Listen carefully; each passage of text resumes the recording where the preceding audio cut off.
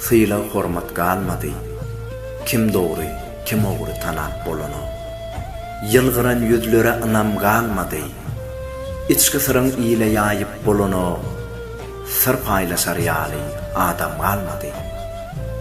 Baran yerin gıybat düşürmek pese. Ünüslermen geçten çekgerler kese. Kıyın ona düşönüne garaşıp sese.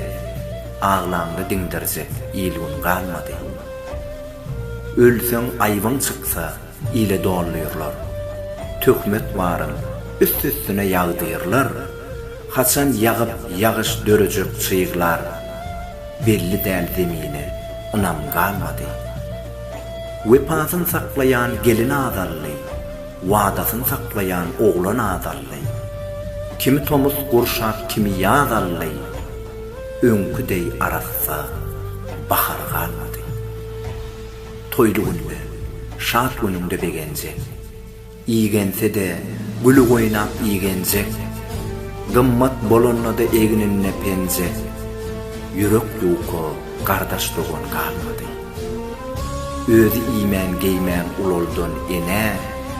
Gijetini günlük deyip uloldun ata. Garranını gelenine ikisem kapa. Hatta bosoğudun boş yer galmady. Hayvanın yalağına ulu yer bardy.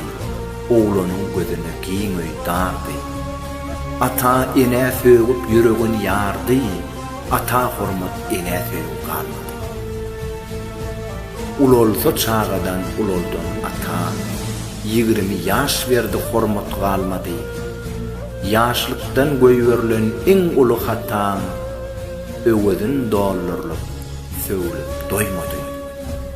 O dünya inanyan azarlı inni. Çarkı pelek näme bilinmez inni. Kimseler mörmöjük depelep gömdü. Yaradanın yoluna sylag galmady. Hanzalym men, kalpda mehir galmady. Gözde buýsunç, dille şeker galmady. Düşmanım ken, wagtymdan basjaklar. Yaram gana doňar yerde doňmady. Diýen günüm doğru yerde doğmadı. Şair Handalym Alp Toycy Hekimow.